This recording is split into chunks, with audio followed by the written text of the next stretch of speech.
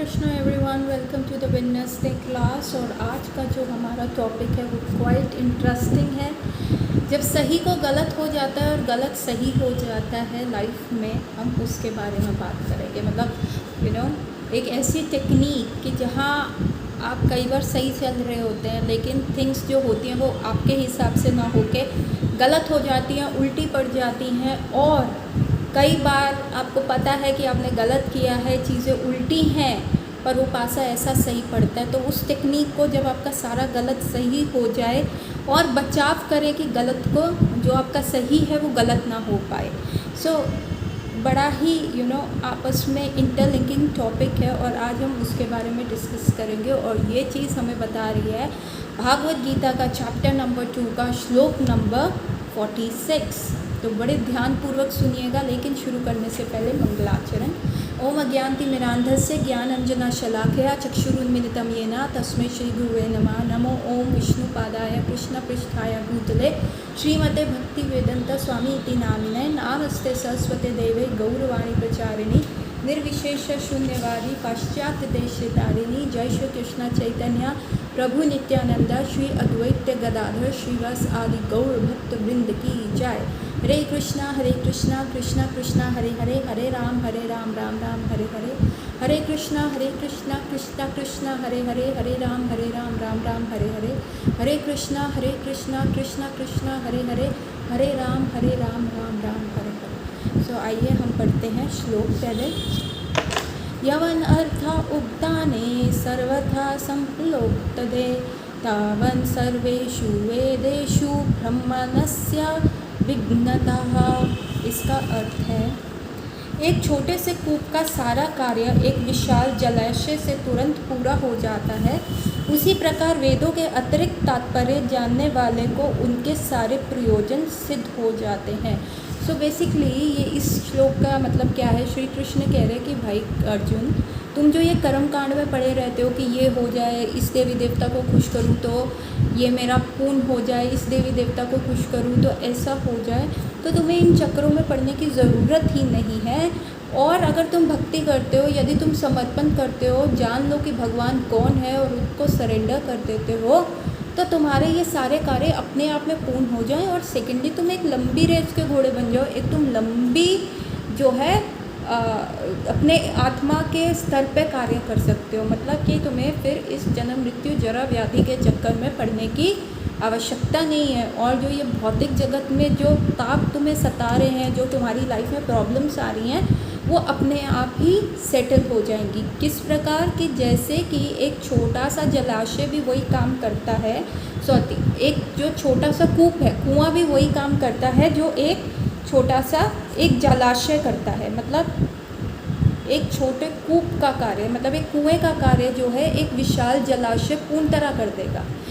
For example, अगर हम इसको सोचें कि तुम जो 10-10 रुपए के लिए जी रहे हो कि ये भौतिक जगत में अपना सारे कार्यकलाप करते हुए 10-10 रुपए के लिए जी रहे हो, मैं तुम्हें 2000 का नोट दे सकता हूँ जिसमें बहुत सारे 10-10 रुपये हैं।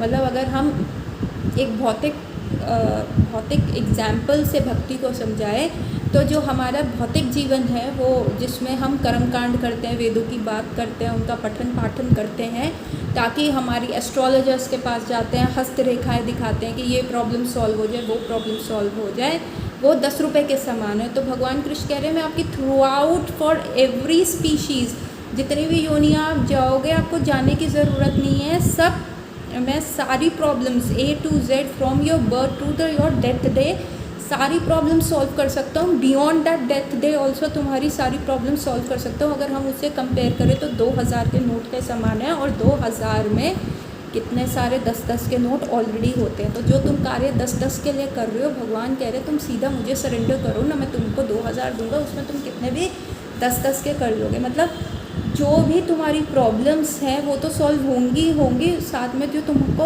वो तो सॉल्व होंगी एज एन एडेड एडवांटेज। लेकिन जो मेन चीज़ है, इस भौतिक जगत के तापों से मुक्ति पाना और एक अपना मेंटल पीस को रखना, डिसीज़ फ्री रहना, वो सिर्फ जब तक मुझको सरेंडर नहीं करोगे तब तक होगा नहीं। सो तुम इतना छोटा छोटा काम क्यों करते हो? आप कान को इधर से ऐसे हाथ घुमा के क्यों पकड़ रहे हो? सीधा पकड़ो ना, तुम्हारा सारा प्रॉब्लम सॉर्ट होगा। तात्पर्य पढ़ते हैं। तात्पर्य श्रील प्रभुपाद द्वारा। श्रील प्रभुपाद की जय। वेदों के कर्मकांड विभाग में वर्णित अनुष्ठानों एवं यज्ञों का ध्याय आत्म साक्षात्कार के क्रमिक विकास को प्रोत्साहित करना है और आत्म साक्षात्कार के ध्याय भगवत गीता के 15वें अध्याय में इस प्रकार स्पष्ट किया गया है कि वेद अध्याय के अध्ययन जगत के आदि कारण भगवान कृष्ण को जानना है। तो वेदांत का मतलब क्या है? The conclusion of the all Vedas is to know Lord Krishna. अतः आत्म साक्षात्कार का अर्थ है कृष्ण को तथा उनके साथ अपने शाश्वत संबंध को समझना। कृष्ण के साथ जीवों के संबंध का भी उल्लेख भागवत गीता के 15वें अध्याय में ही हुआ है। जीवात्माएं भगवान के अंश स्वरूप हैं, अतः प्रत्येक जीव द्वारा कृष्ण भावामृत को जागृत करना वैदिक ज्ञान की सर्वोच्च पूर्ण अवस्था है। श्रीमद् भागवत गीता में इसकी पुष्टि इस प्रकार हुई है। हे प्रभु, आपके पवित्र नाम का जाप करने वाले भले ही चंडाल जैसे निम्न परिवार में क्यों न उत्पन्न हो, किंतु वह आत्म साक्षात्कार के सर्वोच्च पद पर स्थित होते हैं। ऐसा व्यक्ति अवश्य ही वैदिक अनुष्ठानों के अनुसार सारी तपस्याएं संपन्न किए होता है और अनेक बार तीर्थ स्थानों में स्नान करके वेदों का अध्ययन किए होता है। ऐसा व्यक्ति आर्य कुल में सर्वश्रेष्ठ माना जाता है। तो वो कह रहे हैं कि यदि कोई व्यक्ति चंडाल फैमिली में क्यों ना हो, लेकिन यदि उसको ये कंसेप्ट एब्सोल्युटली क्लियर है कि वो कृष्ण भगवान है और वो उनका अंश है और उस अंश का पूर्ण अंश से क्या संबंध है, उसका भगवान कृष्ण से क्या संबंध है, तो even if is born in the chandal family, वो जो है ऐसा व्यक्ति है जिसने सारी पवित्र नदियों का स्नान किया हुआ है, सारे वेदों का पाठन कर रखा है और वो सारे आर्य जो थे सिविलाइज्ड रेस को कहा जाता है। सबसे ज़्यादा सिविलाइज्ड लोग होते हैं, मतलब एरिस्टोक्रेटिक हाई इन्फ्लुएंशियल फैमिलीज़ को इंडियन वैदिक सोसाइटीज़ में आर्य कहा जाता है। तो वो भगवान कह रहे हैं कि वो आर्यों में भी सर्वश्रेष्ठ है। अतः मनुष्य को इतना बुद्धिमान तो होना ही चाहिए कि केवल अनुष्ठानों के प्रति आसक्त न रह के वेदों के उद्देश्य को समझने और अधिक इंद्र तृप्ति के लिए ही स्वर्गलोक जाने की कामना ना करे। कि मतलब सिर्फ अनुष्ठान लोगों को दिखाने के लिए कि आप स्वाहा ओम स्वाहा और इतना सारा सिर्फ अनुष्ठानों पे मत करो कि मैं आज ये व्रत कर रहा हूँ तो मुझे इसका ये फल मिलेगा, आज मैं वो कर रहा हूँ तो मुझे ये फल मिलेगा, आज मैं इस देवी देवता को प्रसन्न कर रहा हूँ तो मुझे उसका ये फल मिलेगा, कल मैं उस देवी देवता को प्रसन्न करूँगा। तो सिर्फ इंद्र तृप्ति और सिर्फ स्वर्ग लोक जाने तक को मत सीमित रखो ना। स्काई इज़ द लिमिट, आप उड़ सकते हो, उसके बियॉन्ड भी जा सकते हो।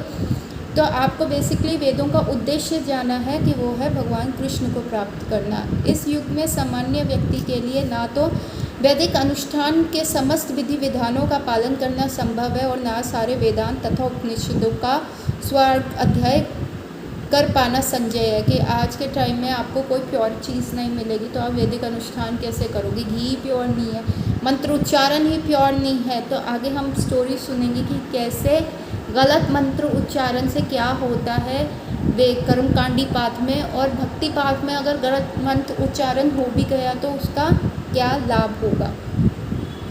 वेदों के उद्देश्य और ना ही आजकल हमारे पास इतना टाइम है कि आप सारे 4 वेद उपनिषद सब पढ़ लें। आजकल जीवन इतना छोटा है, उसमें भी सारा टाइम लोग इंद्र तृप्ति में लगे रहते हैं, अपनी लाइफ की बेसिक को अरेंज करने में लगे रहते हैं कि भैया रोटी कपड़ा मकान तो चाहिए ही चाहिए, अर्निंग तो करनी ही करनी है। तो फिर कहाँ है टाइम? ठीक है, 20-25 साल तो आपकी पढ़ाइयों में चले जाते हैं, उसमें स्कूल कॉलेजेस में तो वेद पाठन नहीं हो रहा। फिर बाद में कब करोगे? फिर 25 के बाद ब्याह हो गया और फिर आपके जॉब हो गई, फिर बच्चे हो गए। So where is the time कि आप कब पढ़ोगे, वेद पाठन कब करोगे? वेदों के उद्देश्य को संपन्न करने के लिए प्रचुर समय, शक्ति, ज्ञान तथा साधन की आवश्यकता होती है। ये हमने बात करी। इस युग में ऐसा कर पाना संभव ही नहीं है, किंतु वैदिक संस्कृति का परम लक्ष्य भगवान नाम कीर्तन द्वारा प्राप्त हो जाता है, जिसकी संस्तुति पतित आत्माओं के उद्धारक भगवान चैतन्य द्वारा की गई है। मतलब क्योंकि वेद पढ़ने का समय ही नहीं है, you know, it is not feasible कि इतना सारा ज्ञान पहले पढ़ो, समझो, अध्ययन करो और फिर रियलाइजेशन करो और फिर उसको अपने जीवन में उतारो। इतना समय नहीं है लोगों के पास, साधन नहीं है, शक्ति नहीं है। जीवन के साल सिर्फ 100 है और आजकल वो भी कम होते जा रहे हैं, 70, 60, 70, मतलब बैंड बाजा बज जाता है उसी में, और फिर कहाँ है समय। तो इसलिए चैतन्य महाप्रभु ने कहा है कि अगर तुम इस कलयुग में सिर्फ भगवान के नाम का ही उच्चारण कर लोगे, भगवान के नाम का संकीर्तन ही कर लोगे, तो वो तुम्हें उतना ही फल देगा, उससे ज़्यादा फल देगा। ठीक है। जब चैतन्य से महान वैदिक पंडित प्रकाशानंद सरस्वती ने पूछा कि आप वेदांत दर्शन का अध्ययन ना करके एक भावुक की भांति पवित्र नाम का कीर्तन क्यों करते हैं, तो उन्होंने उत्तर दिया कि मेरे गुरु ने मुझे बड़ा मूर्ख समझकर भगवान कृष्ण के नाम का कीर्तन करने की आज्ञा दी, अतः उन्होंने ऐसा ही किया और वे पागल की भांति भाव उन्मत्त हो गए। इस कलयुग में अधिकांश जनता मूर्ख है और वेदांत दर्शन समझ पाने के लिए पर्याप्त शिक्षित नहीं है। सो बेसिकली एक प्रकाशानंद सरस्वती नाम के एक वेद पंडित हुए, उन्होंने चैतन्य महाप्रभु से किया, आप ऐसे गली गली घूमते रहते हो, हरि नाम करते रहते हो, डांस करते हो, गाते रहते हो भाव में, ऐसे एक पंडित को ना शोभा नहीं देता। आपको ना आइए हमारे साथ वेद करिए, ऐसे ऐसे ऐसे एक्शंस करके, यूं एक्शंस करके मंत्रों का उच्चारण कीजिए, कुछ लगना चाहिए कि हाँ हम पंडित हैं, you know, we have a different class. तो चैतन्य महाप्रभु जबकि जो कि राधा और कृष्ण के मिश्रित अवतार हैं, जो स्वयं भगवान है, वो कह रहे देखो जी मेरे गुरु ने कहा कि भैया तू बहुत मूर्ख है, तू सिर्फ कृष्ण का नाम जाप। ये उन्होंने क्यों कहा? उन्होंने हम जैसे कलयुगी जीवों के लिए देखते हुए कि ना इनके पास समय होगा, एक इंद्र तृप्ति में लगे रहेंगे, और जो है ना ये इतने बुद्धिमान होंगे कि वेदों का अर्थ समझ सके, क्योंकि वेद में परोक्षवाद है, सीधी बात भी टेढ़े तरीके से कही हुई है। तो उसको समझने के लिए पहले एक अच्छा गुरु बनाओ और वो गुरु जो है उस चीज़ को समझाओ। तो वेद अंत क्या है? भगवान कृष्ण को जानना। तो चैतन्य महाप्रभु ने कहा तुम छोड़ दो, कलयुगी पुरुषों मनुष्यों, तुमसे ना हो पाएगा, तुम भगवान का नाम लो। नाम और नामी में कोई अंतर नहीं है, जैसे ही नाम तुम्हारी जीवा पे प्रकाशित होगा, नाम ही तुम्हारे हृदय में आ जाएगा। तो तुम सिर्फ नाम जप करो और तुम्हें करने की कोई आवश्यकता नहीं है। अतः उन्होंने ऐसे ही किया और वे पागल की भांति भाव उन्मुक्त हो गए। इस कलयुग में अधिकांश जनता मूर्ख है, हम जैसे, और वेदांत दर्शन समझ पाने के लिए पर्याप्त शिक्षित नहीं है। चाहे आप डॉक्टर हो, इंजीनियर हो, भैया हमसे वेद ना समझ पाएंगे। वेदांत दर्शन के परम उद्देश्य की पूर्ति भगवान के पवित्र नाम का कीर्तन करने से ही हो जाती है। वेदांत वैदिक ज्ञान की परिकाष्ठा है और वेदांत दर्शन के प्रेरणता तथा ज्ञाता भगवान कृष्ण है। सबसे बड़ा वेदांती तो वह महात्मा है जो भगवान के पवित्र नाम का जाप करने में आनंद लेता है। संपूर्ण वैदिक रहस्यवाद का यही चरम उद्देश्य है कि सबसे बड़ा परमात्मा वेदांत कौन है? जो भगवान के पवित्र नामों का जाप करता है और वो भगवान के नाम लेता है, वही सबसे बड़ा है। सो बेसिकली वेद का अंत क्या है? भगवान श्री कृष्ण को जानना। वेद पढ़ने का समय नहीं है। मोस्टली हम वेद के कर्मकांड पाठ में अटके रहते हैं कि ऐसे करेंगे तो ये लाभ होगा, मतलब हम कंप्लीट बिजनेस करते रहते हैं। तो भगवान कहते हैं अरे मूर्खों, तुम जो ये वेद करते रहते हो, ऐसे करोगे ऐसे होगा, ऐसे करोगे ऐसे होगा। चलो हो भी गया, पर ये शरीर नाशवान है, शरीर के साथ वो भी ख़त्म, और फिर मैक्सिमम क्या होगा? स्वर्ग जाओगे, स्वर्ग से फिर ये सिद्धरा लोक पे होगे, और उस समय तुम्हें सही मनुष्य जीवन मिलता है नहीं मिलता, लंगड़े लूले बहरे या बहुत गरीब फैमिली में पैदा हो गए। तो अभी जो तुम्हारी परिस्थिति है ना, तो तुम कर्मकांड छोड़ो, भक्ति देवी को बुलाओ ना। भक्ति देवी के पीछे ये सारे जो वेद के फल हैं, यू नो, ये सारी जो गुडनेस है वो दासियाँ बन के आती है। मतलब अगर एक राजा एक क्वीन से विवाह कर लेता है तो बाकी उसकी दासियाँ तो वैसे ही उसके किंगडम में आ जाती है ना। तो यदि तुम भक्ति देवी को बुलाओगे तो ये जो वेदों का फल होगा कि शुभ होना, आपके जीवन में शांति आना, आप में धैर्य आना, टॉलरेंस आना, ये सब जो है भक्ति देवी की दासियों की तरह है। All good qualities are like the maid servants of Bhakti Devi, और ये पीछे पीछे आती रहेंगी। तो तुम लंबी रेस खेलो ना। जैसे कि एक कुएं का आप कुआं खोद रहे हो, इससे अच्छा जलाशय के पास जाके रहो। कुआं आपका थोड़ा करेगा, कभी सूख गया तो वो कुएँ का काम एक बड़ा जलाशय तो बहुत अच्छे से कर देगा ना। Like 2000 rupees have many 10 rupees note in it, जो हमने शुरू में डिस्कस किया। अगेन अब जो आज का हमारा टॉपिक है, जो हम इससे रियलाइजेशन निकाल सकते हैं, वो ये है कि गलत सही पड़ जाता है। अगर भक्ति करते हैं तो जो गलत भी हो रहा है वो सही पड़ जाता है, और जब हम कर्मकांडी कार्य कर रहे हैं तो जो सही किया हुआ भी ना कई बार ऐसा लगता है गलत हो जाता है। तो सर सभी कर्मकांडी कार्य में इसमें ना मैं आपको आज 2 कहानियाँ सुनाऊंगी, तो आप ध्यानपूर्वक सुनिएगा। एक बार क्या होता है, भगवान द्वारका में रह रहे हैं भगवान कृष्ण, और उनके जो बहुत सारे पुत्र हो गए हैं 16,108 रानियों से, उनको जो होते हैं 10-10 पुत्र होते हैं और एक एक पुत्री होती हैं, और वो सारे जो पुत्र हैं उनके भगवान के एक बार खेल रहे होते हैं। तो सांब जो होता है, जो जामवंती का पुत्र है, वो सांब से ना एक बॉल, जिस बॉल के साथ खेल रहे होते हैं, वो कुएं में पड़ जाती है। और जब वो बॉल कुएं में पड़ जाती है तो वो निकालने के लिए देखते हैं, वो सूखा कुआं होता है, तो वहाँ पर वो निकालने के लिए देखते हैं तो एक भयानक सी लिजर्ड होती है, बहुत बड़ी टाइप्स, एक नॉर्मल दीवार पे चलने वाली लिजर्ड नहीं, एक ग्रीन कलर की ना बहुत बड़ी लिजर्ड होती है, और वो उस कुएं के अंदर गिरी होती है। तो उनको लगता है कि भाई ये बेचारा प्राणी इसके अंदर आ गया है, ये प्यासा मर रहा होगा, तो वो प्रयास करके बॉल भी निकाल लेते हैं और वो लिजर्ड को भी बाहर निकाल लेते हैं।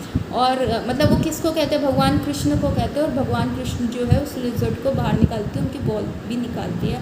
और जैसे ही भगवान का स्पर्श मात्र उस लिजर्ड पे पड़ता है, वो बहुत बड़ी लिजर्ड पे, तो क्या होता है, वो एक किंग में कन्वर्ट हो जाती है, एक पुरुष में कन्वर्ट हो जाती है। और भगवान कहते हैं अरे आप कौन हैं? तो वो जो लिजर्ड जो थी अब टर्न इनटू अ किंग, कहती है मैं इस राज्य का राजा था। तो भगवान कृष्ण कहते तो आपका ये कैसे, आप इस योनि में आ गए, क्या हो गया आपको?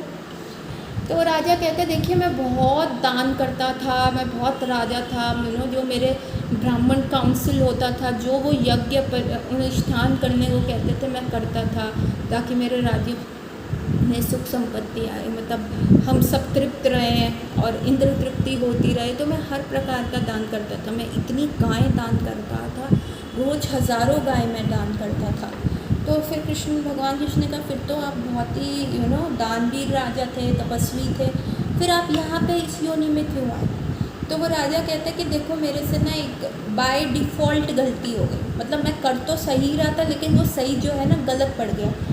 क्या हुआ कि मैं जैसे गाय दान कर रहा था, तो मैंने एक ब्राह्मण को 100 गाय दान करी, और ना जाने उन 100 गाय में से एक गाय जो है टूटती टूटती मेरे दूसरे लॉट में आ गई, वो 100 गाय में आ गई जो मुझे दान करनी थी। और फिर मैंने वो 100 गाय विद दैट काउ जो पहले वाले ग्रुप में चली गई थी और वापस आ गई थी, विद दैट काउ मैंने दूसरे ब्राह्मण को दान कर दी। और फिर क्या हुआ, ये दोनों ब्राह्मण मेरे पास आए लड़ते हुए।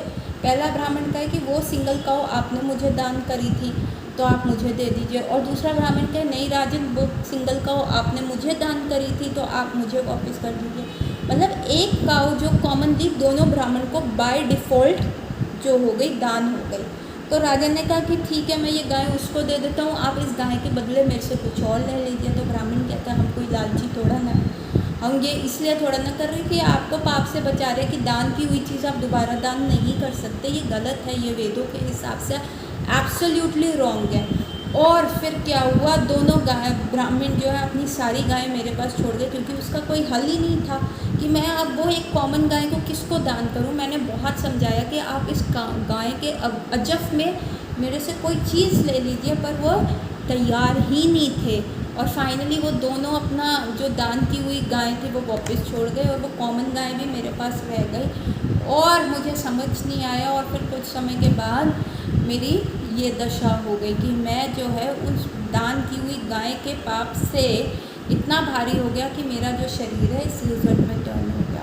तो भगवान कृष्ण दिखाते हैं कि देखो कर्मकांड करोगे तो उसमें हल्का सा भी मिस्टेक होगा ना।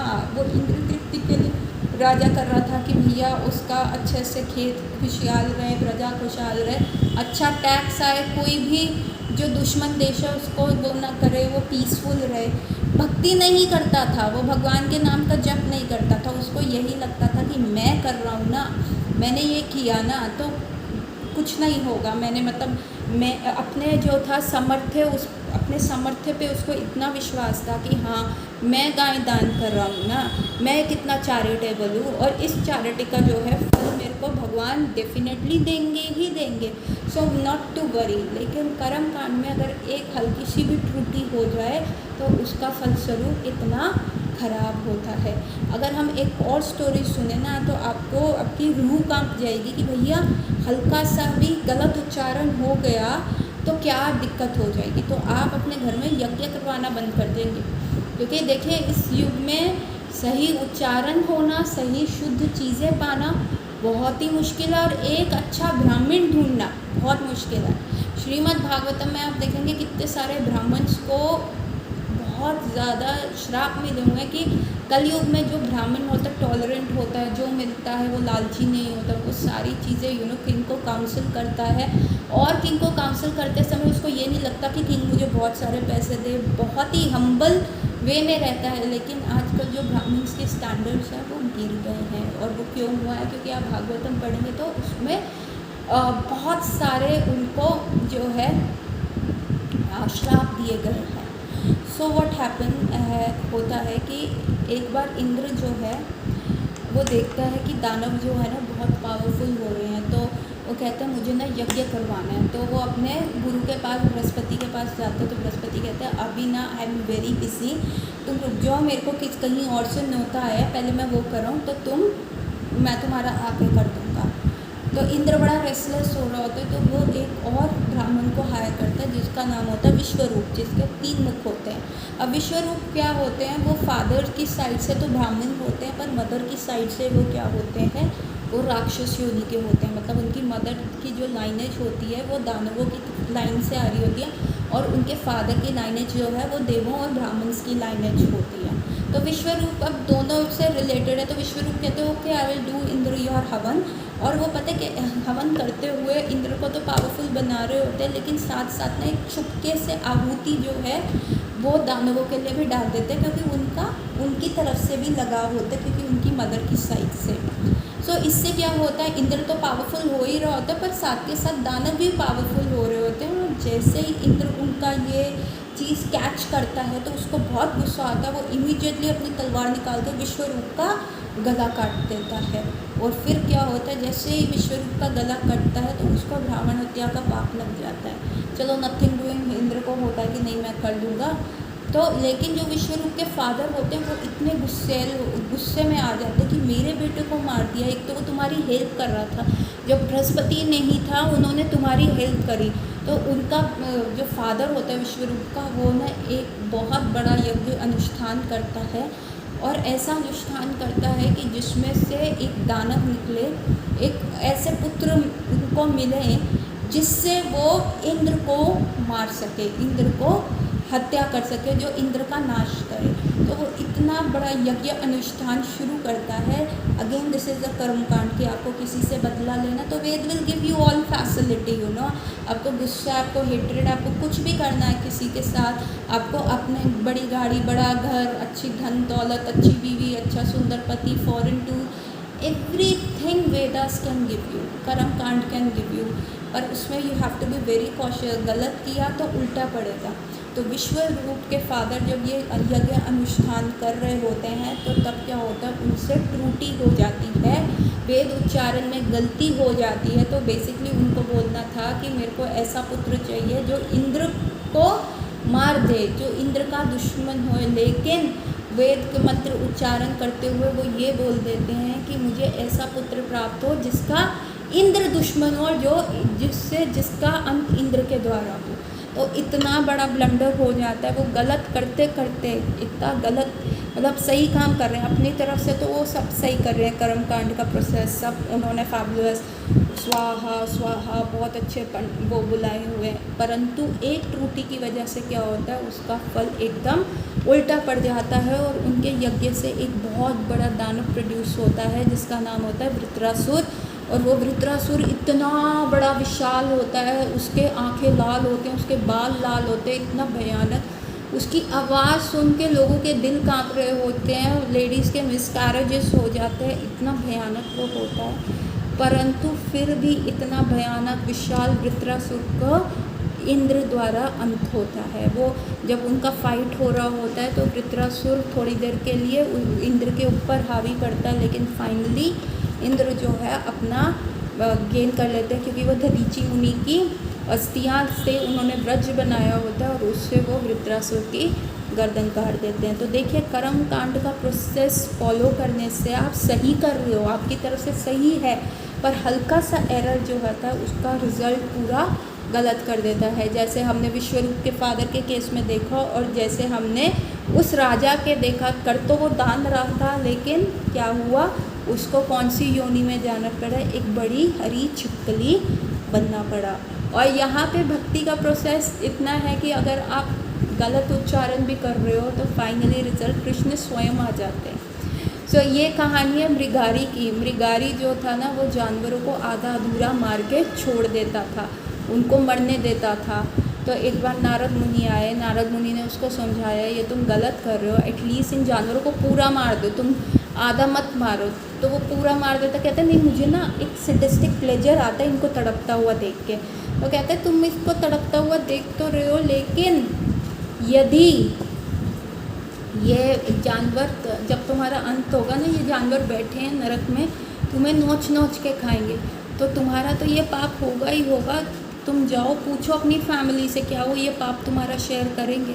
और सब मना कर देते हैं। मदर फादर कहते हैं भाई तुम्हारा फ़र्ज़ है, हमने तुमको पाल पोस के बड़ा कर दिया, अब बुढ़ापे में तुमको देखना है तुम हमारा पालन कैसे करो। सेम वे बीवी और बच्चे भी कहते भैया पापा आप हमें लाए हो, तो एक बीवी तो अपने पति पे आश्रित रहती है, अब आपको देखना है कि आप हमारा टेक केयर कैसे करो, चाहे आप बैंक लूटो या मेहनत करो, हम आपके पाप का भागी क्यों बनेंगे भैया, आपका फ़र्ज़ है, आप वो निभा रहे हो। तो जब मृगारी का एकदम आई ओपनिंग होता है और वो नारद मुनि दोबारा मिलता है और कहता है कि नहीं नहीं नारद मुनि मेरा तो जीवन नष्ट हो गया, मुझे डर लग रहा है, मेरे को बचाओ। तो नारद मुनि उनको कहते हैं तुम ना राम नाम का जाप करो। अब मृगारी का क्या होता है, वो राम जप ही नहीं पाता, वो भूल जाता है।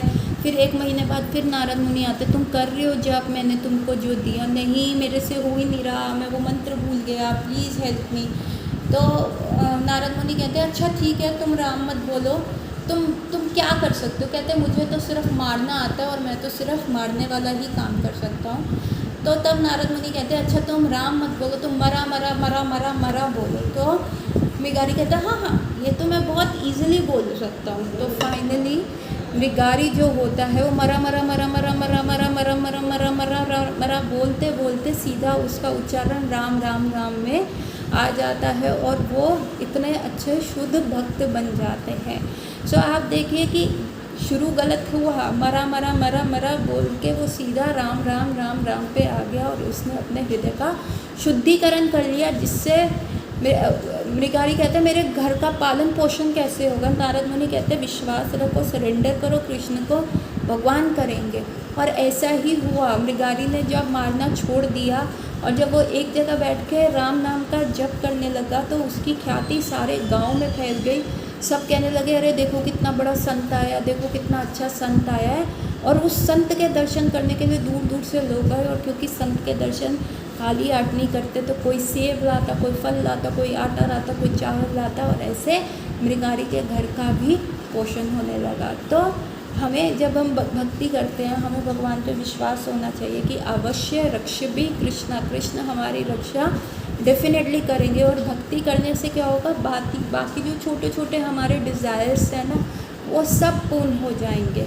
तो जो एक कुआं पानी का प्यास बुझाता है, लेकिन एक जलाशय तो बहुत सारी चीज़ें करता है। आप उसमें नहा सकते हो, आप उसमें खेल सकते हो, आप उसमें जल क्रीड़ा कर सकते हो, वो आपकी प्यास बुझा रहा है, आप कपड़े धो सकते हो, आप सब कर सकते हो, और वो सूखता भी नहीं है, वो आपके साथ हमेशा रहता है। तो जब आप भक्ति से आपको सारी चीज़ें मिल रही हैं तो why to settle for something lower. ऐसे ही महादेवेंद्रपुरी करके एक बहुत बड़े संत हुए ब्रज में, और वो क्या करते थे, वो किसी से भिक्षा नहीं मांगते थे, और वो ये कहते थे कि ओ संध्या वंदन, जैसे कर्मकांडी प्रोसेस में क्या होता है, गायत्री करनी होती है 3 संध्या में। 3 संध्या का मतलब होता है जब सूरज एक ट्रांजैक्शन से दूसरे में जा रहा होता है, जैसे अर्ली मॉर्निंग हो गई, आफ्टरनून दोपहर हो गया, और संध्या इवनिंग हो गई, तो इनको कहते हैं संध्या वंदन। तो माधवेंद्रपुरी कहते ओ संध्या वंदन प्लीज़ मुझे क्षमा करना, मैं नहीं कर सकता। ओ सारे देवी देवताओं, मैं तुम्हारी आराधना भी नहीं कर सकता, मुझे प्लीज़ प्लीज़ क्षमा कर दो 33 करोड़ देवी देवताओं। और संध्या वंदन और गायत्री मैं तुमको भी नहीं कर सकता, मैं वेद के कोई भी अनुष्ठान को पालन नहीं कर सकता। क्यों? क्योंकि मेरे पास समय ही नहीं है। मेरी जीवा जो है हरि नाम में इतनी लिप्त हो गई है कि उसके सिवा मुझे कुछ और करने का वो ही नहीं है। और जो माधवेंद्रपुरी थे वो ऐसे संत थे जिनके लिए वो किसी से भिक्षा नहीं मांगते थे। वो कहते थे कहीं भी जाएंगे चुप करके रहेंगे, कोई दे गया तो ठीक है लेकिन वो मांगेंगे नहीं। तो जब वो वृंदावन में आए थे और वो किसी से मांग नहीं रहे थे तो एक काला बालक उनके लिए छाछ लेके आता है कि बाबा आप ये ले लो। कहते मैंने तो किसी को नहीं कहा। कहते वो कुएं में मेरी मैया पानी भर रही थी तो उन्होंने देखा और कहा कि ब्रज में एक संत आए हैं, वो किसी से मांग नहीं रहे, बस बैठे हैं कर रहे हैं, तो जाओ उनको दे आओ। तो वो बाबा कहते हैं अच्छा रख दो मैं ले लूँगा। और वो बालक चला जाता है कि मैं थोड़ी देर बाद आके अपना मटका ले लूँगा। और जब माधवेंद्रपुरी वो पीते हैं और जैसे ही वो पीते हैं उनको अष्ट सात्विक विकार आ जाते हैं, वो इतने ज़्यादा भाव में चले जाते हैं और तब उनको पता चल जाता है कि वो कोई और नहीं, वो भगवान कृष्ण थे। और वो इतने भाव में हो जाते हैं, इतनी मीठी छाछ इतना उन्होंने कभी नहीं पिया था। और ये वही माधवेंद्रपुरी हैं जब ये रेमुना गांव गए थे कि जो उड़ीसा में है रेमुना गांव, वहाँ पे एक गोपीनाथ जी का मंदिर है। और गोपीनाथ जी के मंदिर की ना वहाँ पे एक विशेष तरह की खीर जो होती है प्रसाद में चढ़ती है, शीर उसको कहते हैं। और तो माधवेंद्रपुरी ने कहा मन में सोचा ओ काश ये मेरे को शीर टेस्ट करने को मिल जाए तो मेरे जो विग्रह है मैं उनको, मेरे जो राधा कृष्ण के विग्रह हैं, जो मेरे विग्रह हैं वहाँ पे गोवर्धन पे, मैं उनको ये खीर बना के खिलाऊँगा। परंतु जैसे ये विचार उनके मन में आया कहते छी छी छी मैं भी इंद्र तृप्ति के लिए कर रहा हूँ, अभी तो गोपीनाथ जी को भोग भी नहीं लगा और मैं ऐसे सोच रहा हूँ कि ये खीर मुझे टेस्ट करने को मिल जाए। तो वो वहाँ पे प्रणाम करते और वहाँ से चले जाते कि नहीं नहीं मेरे से तो बहुत गलत कार्य हो गया। और वो नदी के किनारे जाके बैठ जाते हैं और वो नदी के किनारे बैठ के रोने लगते हैं और कहते हैं मैं कुछ नहीं खाऊंगा, मेरे को प्रायश्चित करना चाहिए। और गोपीनाथ जी क्या हैं, ऐसे भक्त के लिए क्या करते हैं, शीर चोरी करते हैं और पुजारी के ड्रीम में आके कहते हैं कि देखो मेरा एक भक्त आया हुआ है, जाके तुम उसको ये खीर दे के आओ, मैंने उसके लिए चुराई है। मेरी ड्रेस के पीछे तुम देखोगे तुम एक बाउल में वो खीर पड़ी है, तो तुम जाके उसको दे के आओ। और वो पुजारी जाता है और कहता है पूरे रास्ते चिल्लाता रहता है कोई माधवेंद्रपुरी है क्या, कोई माधवेंद्रपुरी है क्या। और जाके वो माधवेंद्रपुरी को वो खीर देते हैं और माधवेंद्रपुरी को कहते हैं ये तुम्हारे लिए भगवान ने चुराई है। और आज रेमुना के वो टेम्पल में उस मंदिर का नाम ही पड़ गया क्षीर चोर गोपीनाथ, ऐसे गोपीनाथ जिन्होंने अपने भक्त के लिए खीर चुराई। तो हमें क्या करना है, हमें भगवान पे कम्प्लीटली निर्भर रहना है, कम्प्लीटली सरेंडर रहना है, क्योंकि यदि भगवान हमारी लाइफ में आ गए ना तो सारी चीज़ें पूरी हो जाएंगी। एक लास्ट स्टोरी के साथ मैं ये क्लास यहाँ पे एंड करूँगी। और ये स्टोरी मैंने बहुत बार सुनाई है, तो जिन्होंने सुनी हुई है उसको दोबारा रिलिश करो, जिन्होंने नहीं सुनी उसको दोबारा सुनिए और समझदार बनिए, इंटेलिजेंट बनिए कि लाइफ में क्या चुनना है, गलत सही कैसे हो जाए आपका। सो क्या होता है, एक राजा होता है, वो एक गांव में आता है और वो कहता है कि वो अपने द्वार खोल देता है और वो कहता है कि आज मैं बहुत खुश हूँ, आप लोगों के पास 10 मिनट का टाइम है, जितना चाहे ये धन ले लो, जितना चाहे ज़मीन लेनी है कर लो, जो करना है कर लो, सब तुम्हारा ही होगा। तो वो 10 मिनट के लिए प्रजा के लिए दरवाजे खोल देता है और सारे प्रजा जो है भाग रहे हैं, इधर भाग रहे हैं। कोई ज़मीन नापने में लगा कि 10 मिनट में इतनी ज़मीन नाप ले, कोई इतने पैसे गिनने में लगा, कोई ट्रेजरी में जाकर लेडीज़ जो है ज्वेलरी ले रही हैं, साड़ीज़ देख रही हैं, जिसकी जो मानसिकता है वो ले रहा है। और फाइनली एक व्यक्ति आता है, वो आराम से चल रहा है, उसको कोई जल्दी नहीं है, वो राजा के पास जाता है और राजा को छूता और कहता है आप मेरे हो गए। और कहता है राजा मेरे हो गए और क्योंकि राजा मेरे हैं तो मैं तुम सबको आज्ञा देता हूँ कि अब कोई धन नहीं लेगा, रुक जाओ। और यही हुआ। तो आपने क्या करना है, आप ये सारी चीज़ें तो आपको ईज़िली अवेलेबल हो जाएंगी यदि कृष्ण आपके हो गए, है ना। अगर आप प्राइम मिनिस्टर के साथ फ्रेंडशिप है तो things get easy, rather than आप पीएन के साथ, प्राइम मिनिस्टर के पीएन के साथ दोस्ती बनाओ, प्राइम मिनिस्टर के ड्राइवर के साथ दोस्ती बनाओ, उससे क्या होगा?